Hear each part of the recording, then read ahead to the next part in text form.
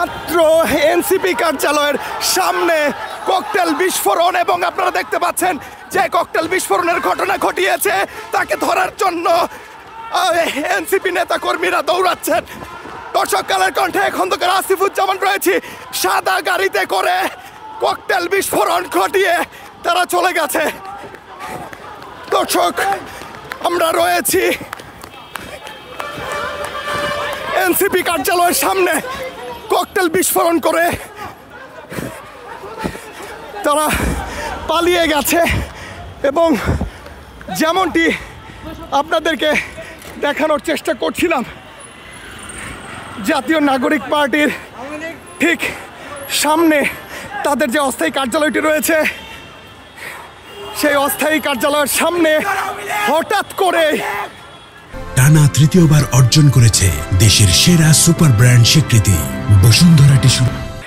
Cocktail বিস্ফোরণের ঘটনা ঘটেছে, এবং আপনাদেরকে সেটা দ্রুততম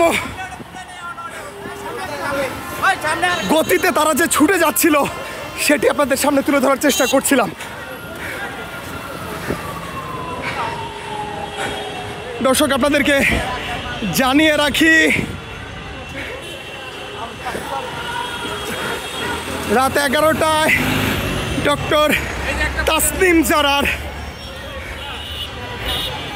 তাসনিম জারার এনসিপি থেকে মনোনয়ন নেওয়ার কথা ছিল, এবং সেই ফর্ম সংগ্রহ করে তিনি এনসিপি কার্যালয়ে আসার কথা ছিল।